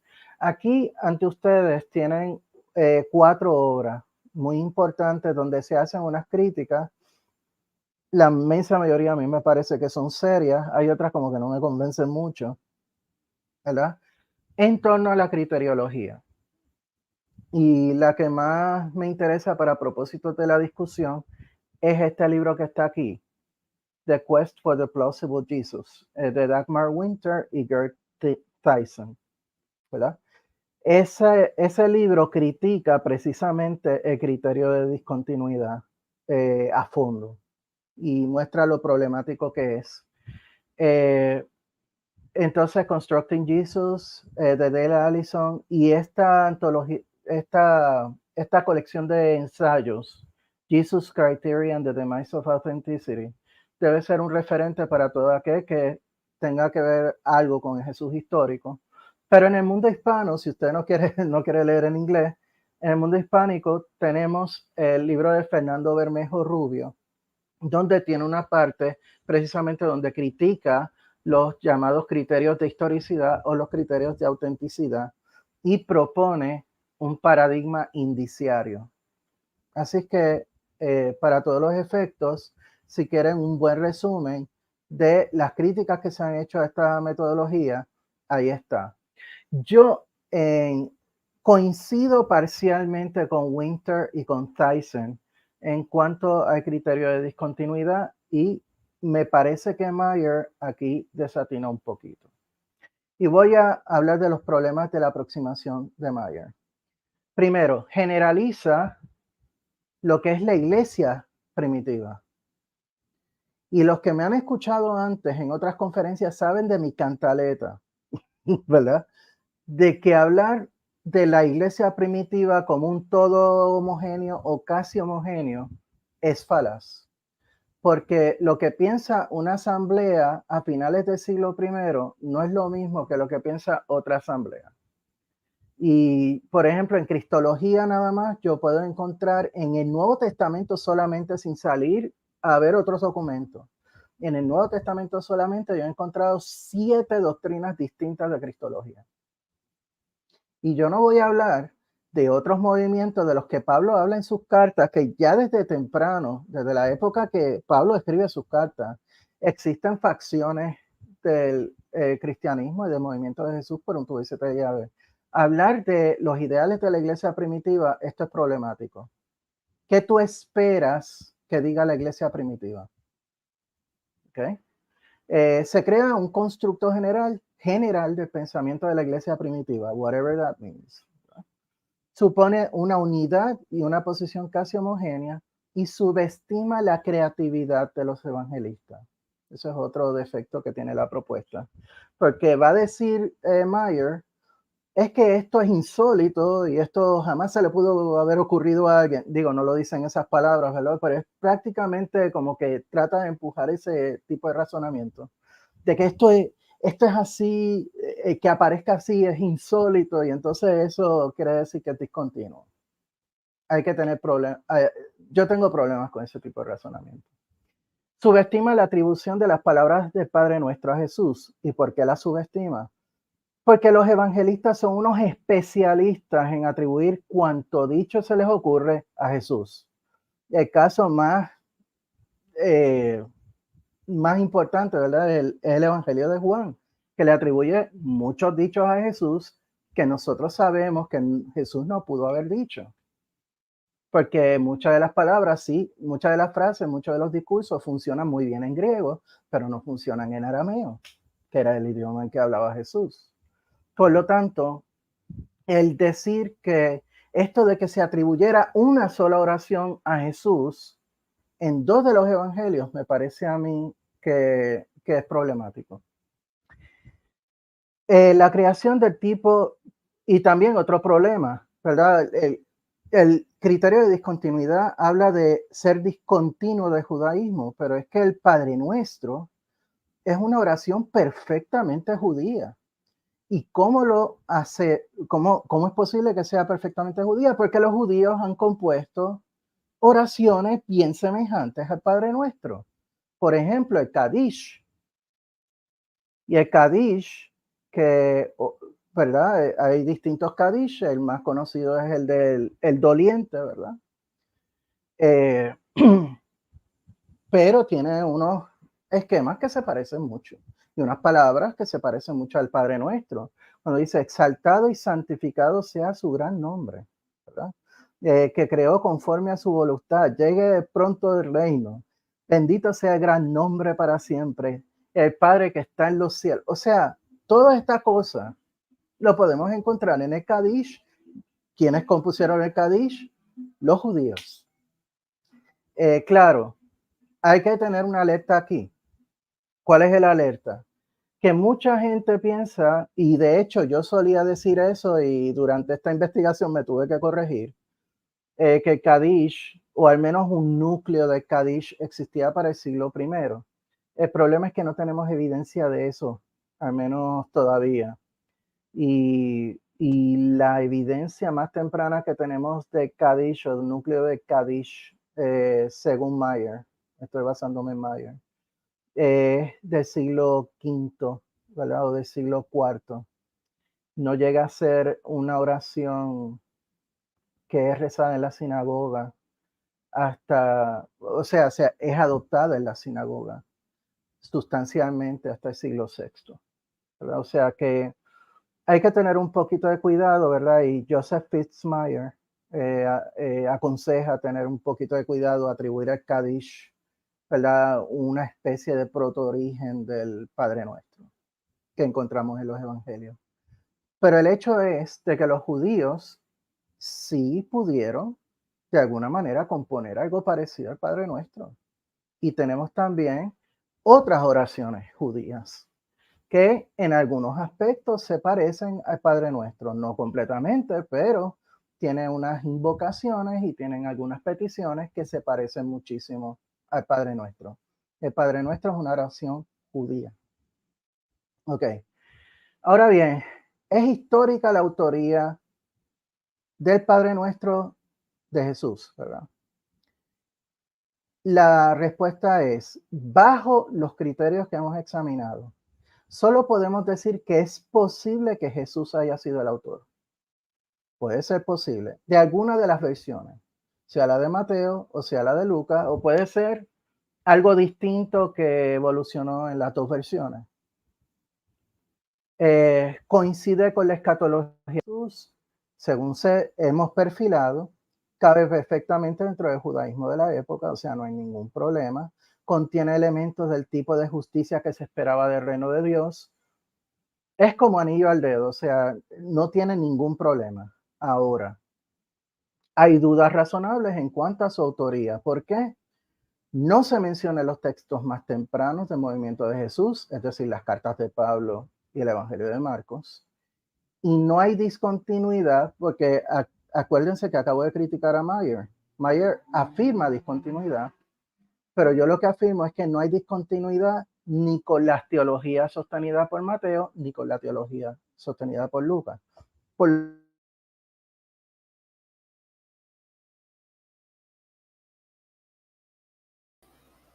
Una disculpa nuevamente, se trabó otra vez el internet del profesor, pero ahorita regresamos en sintonía, ¿vale? Pues estamos ya totalmente en regresé. vivo. Ya, adelante, profesor, no se preocupe. Ok, porque lo que estoy criticando de Meyer es que, ¿verdad? Que de alguna manera el Padre Nuestro, en alguna forma, es discontinuo con la iglesia primitiva. El problema es que no es discontinuo ni con la teología de Mateo, ni con la teología de Lucas, con ninguna de las dos teologías.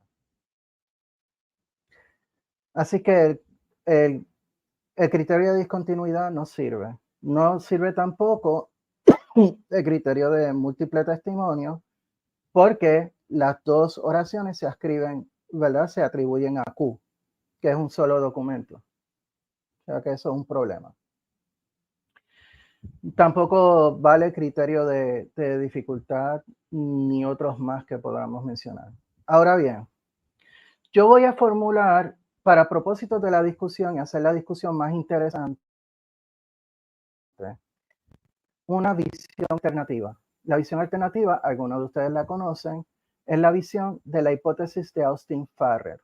Austin Farrer fue un clérigo que formuló una hipótesis y de hecho escribió un ensayo que se llamaba Dispensing with Q, ¿verdad? Dispensing with Q, o Dispensing Q, algo así. Es decir, ¿cómo podemos deshacernos de Q? Y lo que propone la hipótesis de Farrer es que Marcos sigue teniendo prioridad, pero que Mateo utilizó a Marcos y Lucas utilizó a los dos. O sea que bajo este escenario no hace falta postular la hipótesis de Q. Y los resultados que tenemos en relación con el Padre Nuestro son más interesantes, al menos a mi juicio. ¿Quiénes son seguidores de Austin Farrer? Mucha gente. Tengo que decir que mucha más gente de lo que yo pensaba. Pero yo me voy a limitar solamente a 3 personas aquí. La primera y la más destacada, una de las más destacadas es Michael Golder, que era un clérigo anglicano que el día de hoy, de hecho, me enteré haciendo una investigación de él que él era sacerdote o clérigo anglicano, pero en 1981 colgó los hábitos, por así decirlo, y se introdujo en el movimiento humanista, que es el movimiento al que yo pertenezco, ¿verdad? O sea que encontré a un hermano humanista que yo no sabía que tenía. Así que, de todas formas, Michael Golder lo traigo a colación porque habló sobre el Padre Nuestro, pero hago la advertencia de que era medio loquito a la hora de hacer propuestas. Por ejemplo, y voy a dar solamente este ejemplo, Michael Golder proponía que el discípulo amado era Pablo. Yo tengo mis dudas, ¿verdad? Pero ahí vamos. El que está en el centro es Mark Goodacre, que es la persona que ha impulsado más la hipótesis de Farrer el día de hoy. O sea, es la persona, y vamos a discutir lo que él tiene que decir. Y uno de los seguidores de la hipótesis de Farrer hoy día es Ken Olson, que también es bastante conocido como uno de los polemicistas en relación con el testimonio flaviano. Pero yo no voy a hablar del testimonio flaviano. Ken Olson es muy buen erudito y es el tipo de erudito que te crea problemas. Cuando tú piensas que estás bien cómodo con tu diseño del mundo, ¿verdad? Viene Ken Olson, ¿verdad? Y entonces te torna todo para atrás arriba. Él es ese tipo de erudito y quiero traerlo a colación, ¿verdad? Primero vamos a hablar de algunas de las razones por las que la hipótesis de Farrer es favorecida cada vez más por algunos eruditos. Todavía sigue siendo minoría, pero hay bastante gente que está a favor de esta hipótesis. No todo el mundo, no, ciertamente no la mayoría, pero cada vez hay más personas. En primer lugar, hay una anómala coincidencia de acuerdos verbatim entre los evangelios de Mateo y Lucas. Esta discusión aparece en un ensayo de Mark Goodacre que se llama Too Good to Be Q, demasiado bueno para ser Q, ¿verdad? Así es como se llama en español. Y lo que encuentra a través de un análisis estadístico de las coincidencias verbatim entre Mateo y Lucas es que si uno tiene como criterio la triple tradición, es decir, el material que ellos comparten pero que proviene de Marcos, la coincidencia es de un 56%, que esto es bastante consono con lo que nosotros esperamos si Mateo y Lucas comparten una misma fuente, es decir, el Evangelio de Marcos. Así que se reafirma una vez más la prioridad de Marcos antes de Mateo y Lucas. Pero entonces hay otra cosa más, y es que cuando vamos a ver a la coincidencia verbatim entre Mateo y Lucas en relación con material que no se encuentra en Marcos, el porcentaje es de un 71%.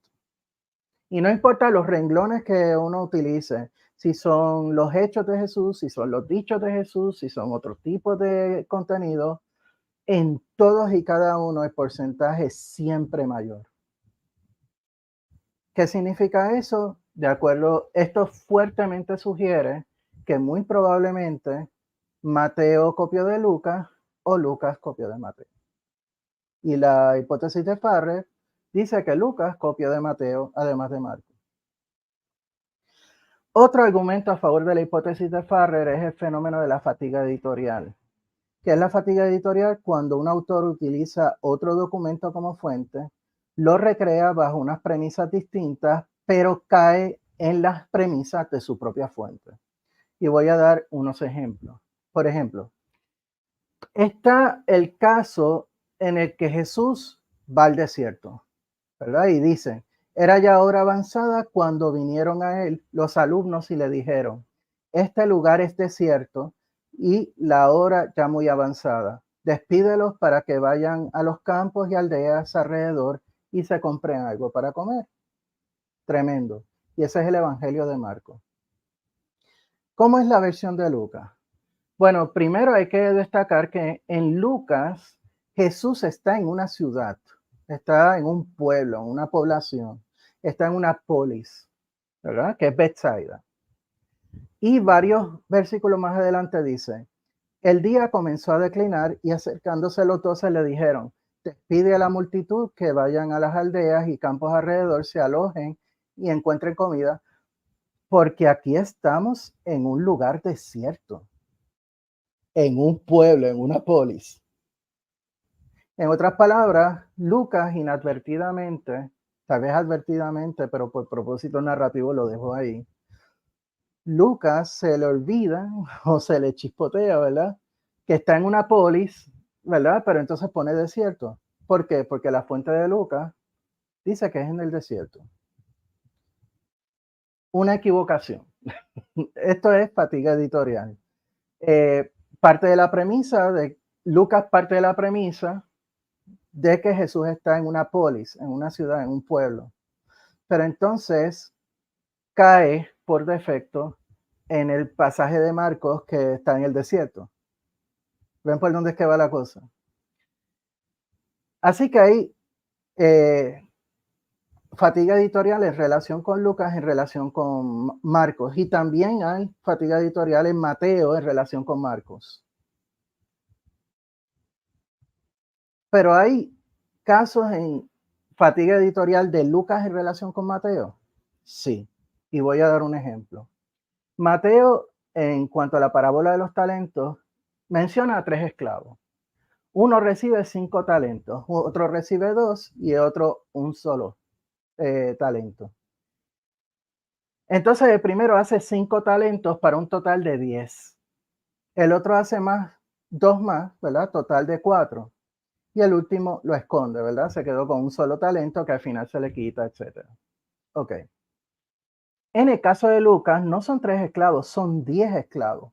Y esto es bien típico de Lucas, porque están los 10 leprosos que son sanados por Jesús, pero solamente uno regresa. Están, ¿verdad? Los 10 esclavos, esto en la parábola de las minas, en este caso.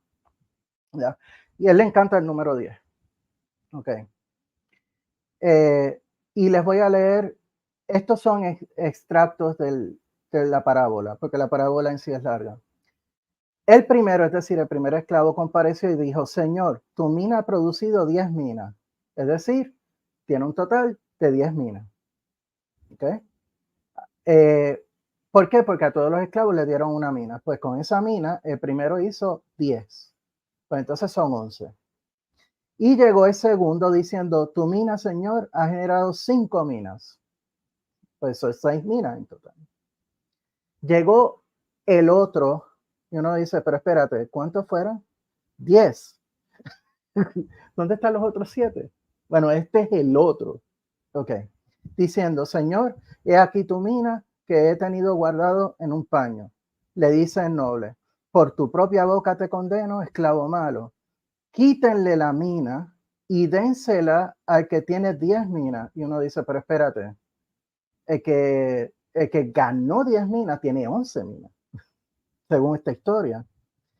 Pero según Mateo, ¿verdad? El total son 10. O sea que accidentalmente aquí Lucas cae en la premisa narrativa de Mateo. ¿Ok? Y entonces además son 10 esclavos, pero entonces nada más habla de 3 esclavos. Una vez más cae en las premisas narrativas de Mateo. O sea que hay lo que se conoce como fatiga editorial. ¿Y por qué traigo estos dos ejemplos? Porque también podemos argumentar, y es posible argumentar, fatiga editorial en el caso del Padre Nuestro. Mateo tiene la versión más extendida, claro que sí. Y Lucas es la más abreviada, y por eso la gente dice que Lucas está más cerca del original que Mateo. Pero cuando estamos viendo, por ejemplo, y perdónanos nuestras deudas, así como nosotros perdonamos a nuestros deudores, Lucas hace un cambio. Perdónanos nuestros pecados, pero regresa de nuevo a la premisa de la oración anterior. Los deudores, todo el que nos debe. Aquí hay un caso de fatiga editorial. Puede ser que Lucas esté basando su versión de la oración del Padre Nuestro en Mateo. ¿Ven por dónde es que va la cosa? ¿Cómo se explican las omisiones del Evangelio de Lucas? Dice Ken Olson que todo el mundo se ha olvidado de Michael Golder, porque sí es un loquito, pero de locura en locura siempre dice algo brillante. Eso es lo que me pasa también con Hayam McCovey, ¿verdad? Y dice Michael Golder que Mateo tenía acceso al Evangelio de Marcos. Y en el Evangelio de Marcos usted tiene muchos de los elementos que componen el Padre Nuestro, que son los versículos que yo les señalé a ustedes, ¿verdad? Y además que Mateo tiene una formación en el judaísmo también y puede estructurar el Padre Nuestro según muchos de los temas que nosotros vemos en el Evangelio de Mateo. Es el reino de los cielos. Mateo siempre habla de los cielos. La versión del Padre Nuestro de Mateo habla de cielo 2 veces. O sea que estamos hablando de la versión mateana, ¿verdad? Que Mateo adapta de Marcos la oración y compone la suya. Ken Olson también añade que Mateo emplea a Marcos para decir Padre Nuestro que estás en los cielos, ¿verdad? Si ustedes siguen ese pasaje, ustedes lo van a ver. La tendencia constatable de Lucas también en relación con Marcos es que muchas veces Lucas abrevia a Marcos y saca pasajes de Marcos. Y una de las razones por las que abrevia a Marcos es para evitar el duplicado, el que se duplique la misma idea 2 veces. Por ejemplo, que se haga tu voluntad así en la tierra como en el cielo, en Mateo, repite la misma idea del verso anterior, venga a tu reino. ¿Ok? Antes bien, maldíbranos de maligno, repite esencialmente la misma idea del versículo anterior. No nos dejes caer en la tentación. ¿Ok? En ambos casos, el lenguaje original, ¿verdad? El que se abrevió es típico de Mateo, ¿verdad?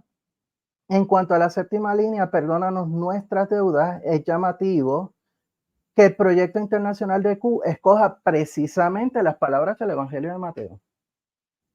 ¿Ok? Conclusión, para concluir, para que ustedes ya acaben de hacerme todas las preguntas del mundo ¿verdad? No podemos saber con certeza si Jesús realmente dictó alguna versión del Padre Nuestro. Si la mayoría que favorece la hipótesis del documento Q está en lo correcto, número 1, ¿es posible que Jesús pudiera componer o dictar alguna versión del Padre Nuestro? Pero no hay manera alguna de asegurarnos de que Jesús dictó o compuso alguna versión del Padre Nuestro. Si la minoría que favorece a la hipótesis de Austin Farrer está en lo correcto, el Padre Nuestro debe remitirse al Evangelio de Mateo, es decir, el que compone la oración de el Padre Nuestro es el autor del Evangelio de Mateo, ¿verdad? Y Lucas lo que hizo fue omitir lo que consideró ser ideas repetidas. Y bajo este escenario es mucho más improbable que Jesús haya dictado o compuesto el Padre Nuestro, ¿verdad? La hipótesis de Farrer, por cierto, también explica muy bien por qué Pablo y Marcos no saben nada de Padre Nuestro y por qué Lucas abreviaría la oración. La expresión Padre para referirse a Dios no era una innovación ni de Jesús ni del cristianismo naciente. Eso lo quiero dejar muy bien claro. Y patrones recurrentes, podemos decir que hablar de Dios como Padre es esencial en el cristianismo primitivo. O sea, porque aparece por todos lados. Pero todavía no sabemos, ¿verdad? A ciencia cierta, si Jesús lo dictó alguna vez, yo soy de la opinión, como yo soy de la hipótesis Farrer, de Farrer, de que Mateo fue el que compuso la oración. Así es que no violenta, por cierto, no violenta para nada lo esencial del mensaje de Jesús, pero no creo que haya compuesto la oración. Ok, hasta aquí la cosa. Perfecto, profesor, pues muy interesante y muchas gracias por este Necesito conocimiento café. que nos comparte. Perfecto. Mientras tanto, buscamos acá. Acá está el código QR en la mano izquierda de del drive donde ustedes pueden encontrar esta diapositiva. En la mano derecha tienen todas mis direcciones de redes sociales. Claro, siempre les digo, por favor, estas diapositivas y estos trabajos y estas investigaciones siempre conllevan trabajo. Cualquier contribución y donación para mi causa sería buena, ¿verdad? Y otra cosa que es bien importante, que este canal reciba también apoyo, así que suscríbanse a este canal y contribuyan lo más que puedan, dándole like a todo, comentando, etcétera. Muchas gracias, profesor. Y pues sí, como bien comenta el profesor Pedro, pues pueden descargar esos archivos y pues si ustedes tienen ese gusto, ese noble gesto, que es muy noble, de poder así participar para que el profesor siga estas investigaciones, porque a fin de cuentas, como todos saben, en todos los países y en todas las circunstancias, lamentablemente, la academia es poco apoyada, la investigación científica, los políticos o gobiernos, lo que sea, invierten muy poquito, ¿no? en la investigación y lamentablemente aquellos que ustedes lo saben, muchos de ustedes que también estudian, cuando queremos investigar, pues siempre es casi por nuestros propios medios, tenemos que invertir mucho en libros y en muchas otras cosas, así que pues sí, las contribuciones son muy importantes para existir porque pues mientras estemos en este mundo como está estructurado, pues no hay otra vía para hacerlo. Así que pues bueno, ese es algo muy importante, estimados amigos. Y nos quedamos en este último comentario de su estimado amigo también Natán. Fue la última pregunta que nos quedó.